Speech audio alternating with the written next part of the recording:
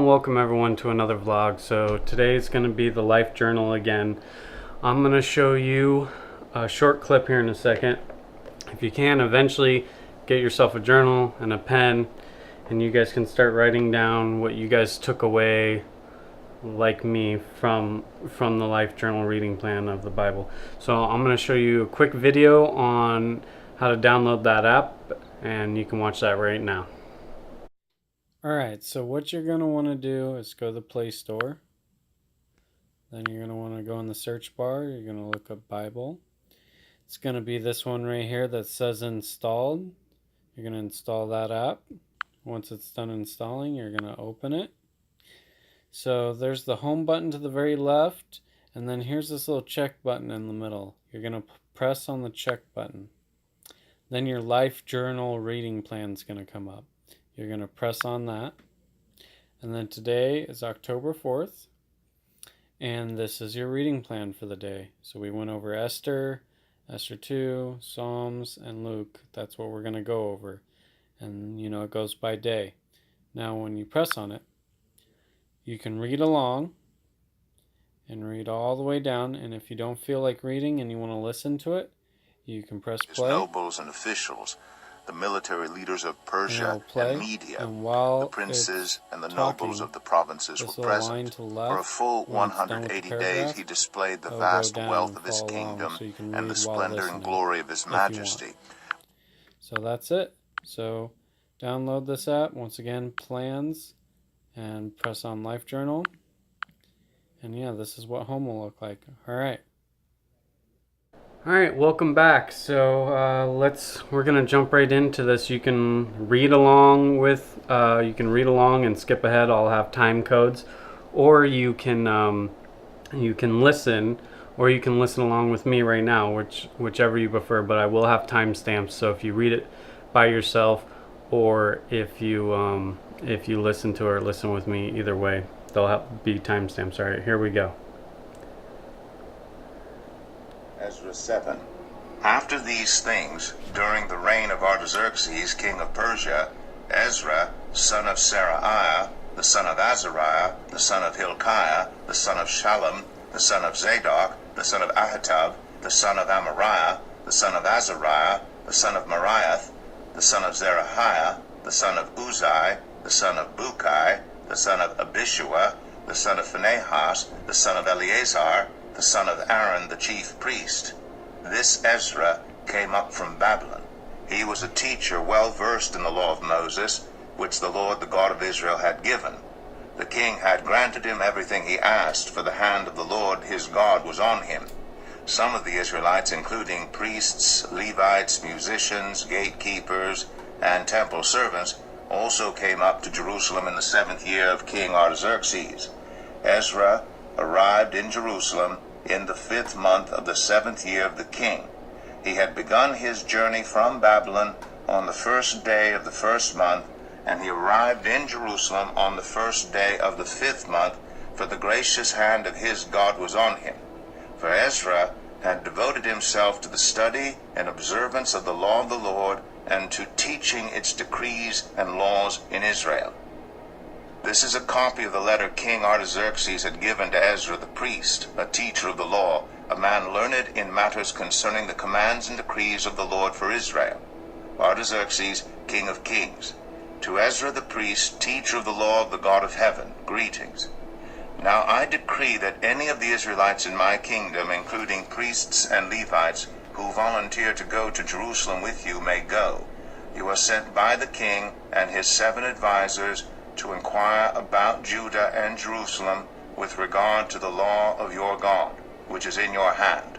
Moreover, you are to take with you the silver and gold that the king and his advisors have freely given to the God of Israel, whose dwelling is in Jerusalem, together with all the silver and gold you may obtain from the province of Babylon, as well as the freewill offerings of the people and priests for the temple of their God in Jerusalem. With this money be sure to buy bulls, rams, and male lambs, together with their grain offerings and drink offerings, and sacrifice them on the altar of the temple of your God in Jerusalem. You and your fellow Israelites may then do whatever seems best with the rest of the silver and gold in accordance with the will of your God. Deliver to the God of Jerusalem all the articles entrusted to you for worship in the temple of your God, and anything else needed for the temple of your God that you are responsible to supply, you may provide from the royal treasury.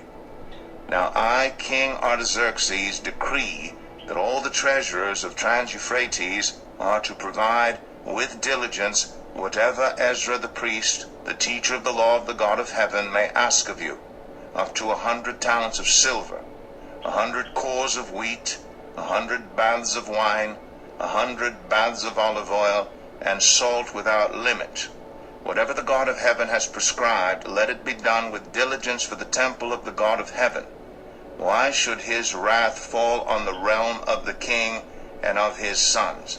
You are also to know that you have no authority to impose taxes, tribute, or duty on any of the priests, Levites, musicians, gatekeepers, temple servants, or other workers at this house of God. And you, Ezra, in accordance with the wisdom of your God, which you possess, appoint magistrates and judges to administer justice to all the people of Trans-Euphrates, all who know the laws of your God, and you are to teach any who do not know them. Whoever does not obey the law of your God and the law of the king must surely be punished by death, banishment, confiscation of property, or imprisonment. Praise be to the Lord, the God of our ancestors, who has put it into the king's heart to bring honor to the house of the Lord in Jerusalem in this way, and who has extended his good favor to me before the king and his advisers and all the king's powerful officials, because the hand of the Lord my God was on me. I took courage and gathered leaders from Israel to go up with me. Ezra 8. These are the family heads and those registered with them who came up with me from Babylon during the reign of King Artaxerxes. Of the descendants of Phinehas, Gershom.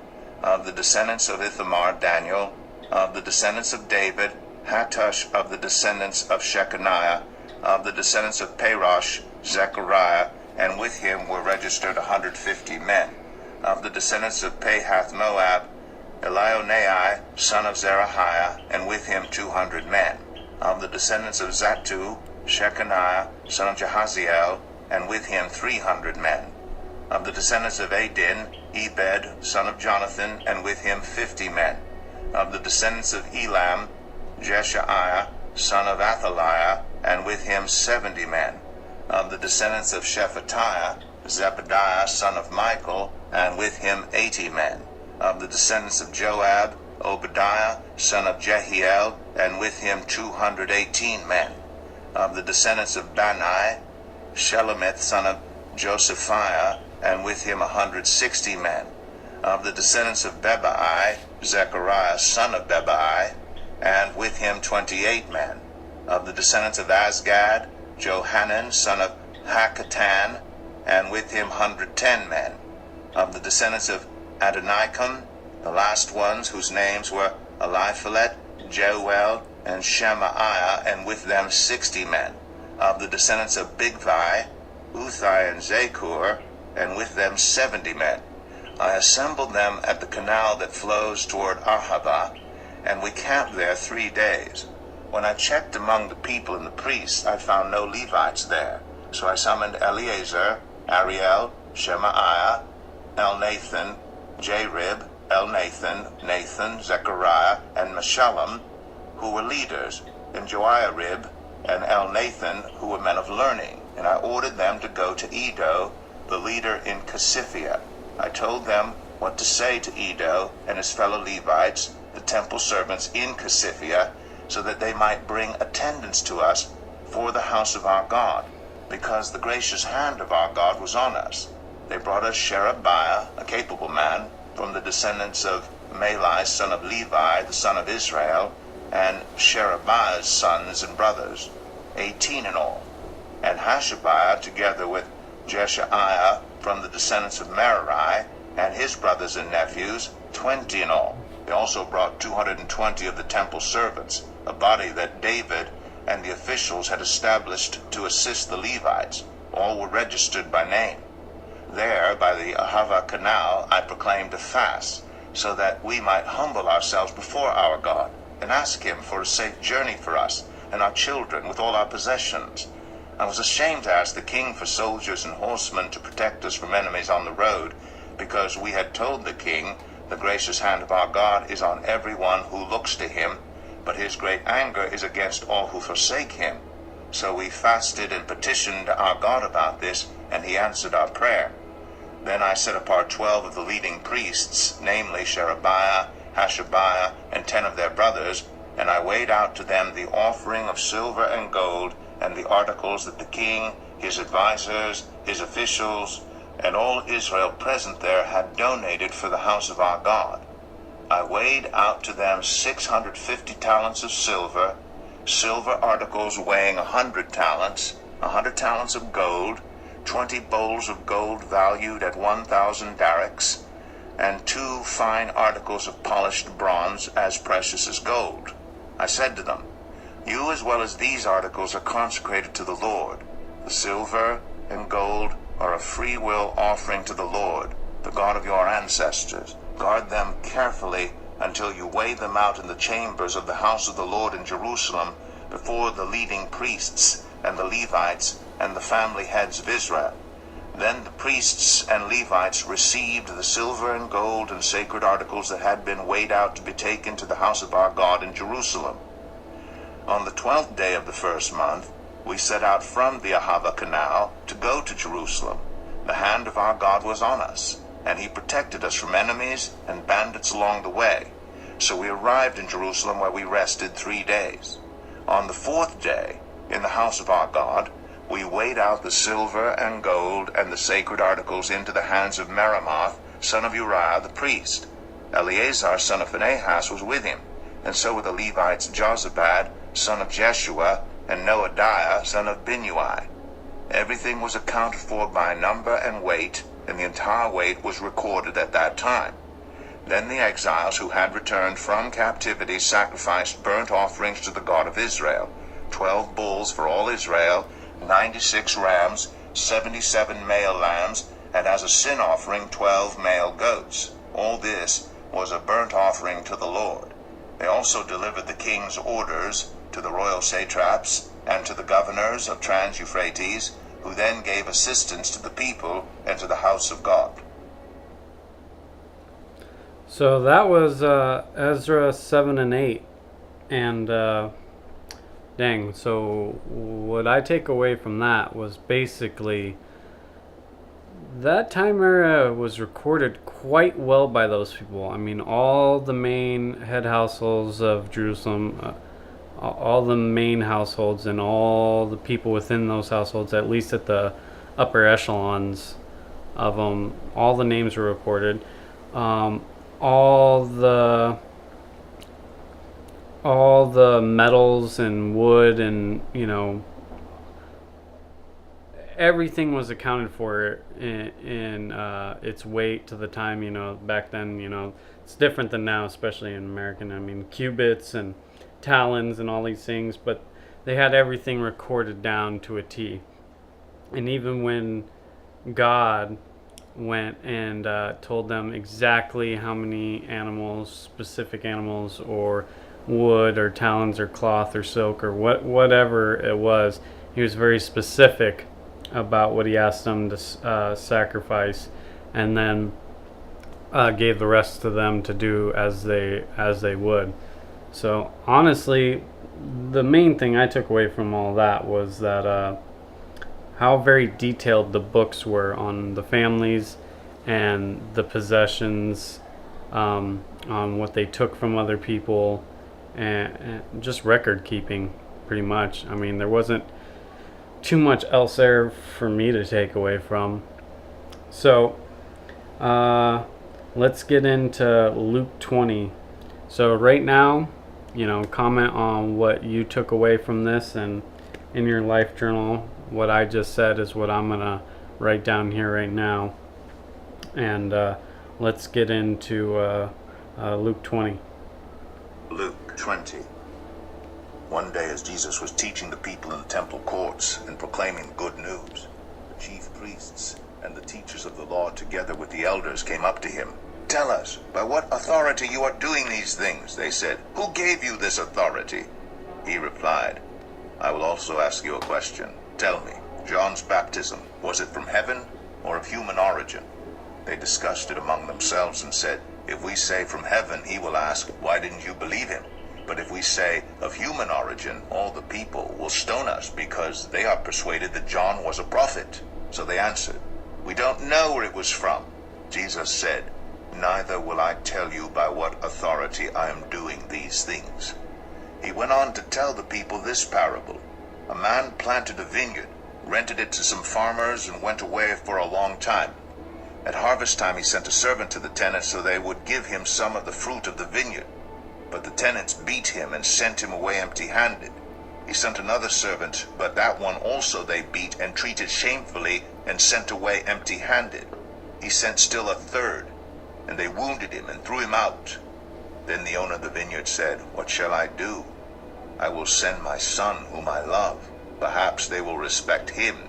But when the tenants saw him, they talked the matter over. "This is the heir," they said. "Let's kill him, and the inheritance will be ours." So they threw him out of the vineyard and killed him. What then will the owner of the vineyard do to them? He will come and kill those tenants and give the vineyard to others. When the people heard this, they said, "God forbid." Jesus looked directly at them and asked, "Then what is the meaning of that which is written, 'The stone the builders rejected has become the cornerstone'? Everyone who falls on that stone will be broken to pieces. Anyone on whom it falls will be crushed." The teachers of the law and the chief priests looked for a way to arrest him immediately because they knew he had spoken this parable against them, but they were afraid of the people. Keeping a close watch on him, they sent spies who pretended to be sincere. They hoped to catch Jesus in something he said, so that they might hand him over to the power and authority of the governor. So the spies questioned him, "Teacher, we know that you speak and teach what is right, and that you do not show partiality, but teach the way of God in accordance with the truth. Is it right for us to pay taxes to Caesar or not?" He saw through their duplicity and said to them, "Show me a denarius. Whose image and inscription are on it?" "Caesar's," they replied. He said to them, "Then give back to Caesar what is Caesar's, and to God what is God's." They were unable to trap him in what he had said there in public, and astonished by his answer, they became silent. Some of the Sadducees, who say there is no resurrection, came to Jesus with a question. "Teacher," they said, "Moses wrote for us that if a man's brother dies and leaves a wife but no children, the man must marry the widow and raise up offspring for his brother. Now there were 7 brothers. The first one married a woman and died childless. The second and then the third married her. And in the same way the 7 died, leaving no children. Finally the woman died too. Now then, at the resurrection, whose wife will she be, since the 7 were married to her?" Jesus replied, "The people of this age marry and are given in marriage. But those who are considered worthy of taking part in the age to come and in the resurrection from the dead will neither marry nor be given in marriage, and they can no longer die, for they are like the angels. They are God's children, since they are children of the resurrection. But in the account of the burning bush, even Moses showed that the dead rise, for he calls the Lord the God of Abraham, and the God of Isaac, and the God of Jacob. He is not the God of the dead, but of the living, for to him all are alive." Some of the teachers of the law responded, "Well said, teacher," and no one dared ask him any more questions. Then Jesus said to them, "Why is it said that the Messiah is the son of David? David himself declares in the book of Psalms, 'The Lord said to my Lord, sit at my right hand, until I make your enemies a footstool for your feet.' David calls him Lord. How then can he be his son?" While all the people were listening, Jesus said to his disciples, "Beware of the teachers of the law. They like to walk around in flowing robes and love to be greeted with respect in the marketplaces and have the most important seats in the synagogues and the places of honor at banquets. They devour widows' houses and for a show make lengthy prayers. These men will be punished most severely." Wow. So I took away a couple things from that. First thing is Jesus called out all the Pharisees and all the teachers of the law all the time. The whole time he was in this struggle with them as he was going along teaching. They kept trying to come and trap him when he was teaching people parables, and they kept trying to catch him up pretty much. And Jesus knew every time exactly what they were doing, and was very, very wise and careful with what words he chose. And every time he flipped it on their head and basically used it against them. And he basically was saying that, like almost every single one of these dudes, they walk around all high and mighty. I'm holy. I'm holier than you. I pray more than you. And basically saying the whole thing's a facade, because they're just really running around taking people's money, and they're power hungry, and they're taking stuff from widows and all this stuff. The other thing, I've always liked that saying of what he said about when he was talking to those guys that came and wanted to trap him about Caesar's money, telling them, render unto Caesar's what is Caesar's, about the tax collector. I always found that verse really, really interesting, because he's basically saying, all these things of mankind, give it to them. Don't worry about it. Like you shouldn't care about it. Render all the, like in this day and age, it would render as far as like the American dollar. Like whose is that? Give it back. It's the American government. But all these other things are God's, and you should give them, your love, your loyalty, all these other things. You should give them to God. Then there was something else in that last verse. I'm not very sure about the first parable that Jesus was talking about. I didn't really get that one, as far as with the vineyard and like how they went about it. I'm not sure the back moral meaning of it. Probably have to listen to it again to get that. But I've heard that one about rendering unto Caesar's what is Caesar's before. But yeah, I think the main thing that I take away is like every time that the Pharisees and everyone in charge tried to go trip Jesus up, he was very wise in his words. And basically, like if it was a debate or crowd function or whatever it was, like everyone in the crowd, whether they be spies of the synagogue or whatever, they'd try and trap him up, and it wouldn't work. And it seemed like every time all the people could see how holy he was and how right he was with his wisdom about all these things. And it just boggles the mind how, like, from my point of view, that whole time period, how Jesus, how none of these priests sat there and was like, wait a minute, this might be the Son of God.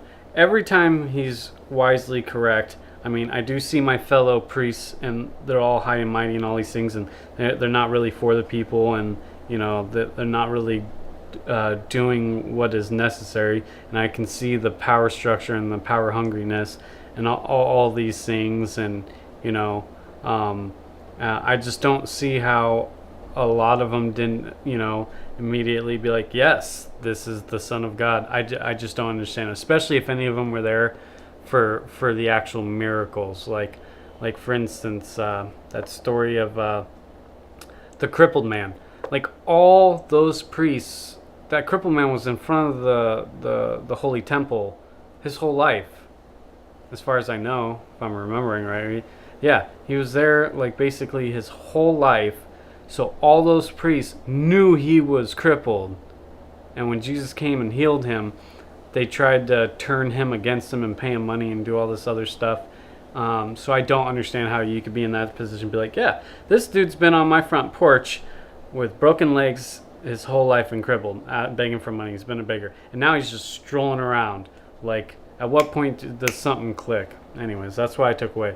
So write down what you took away and comment what you took away from these. And yeah, I will see you on the next life journal, and we'll go over that. All right. Thank you guys for watching. I'll see you next time. Peace.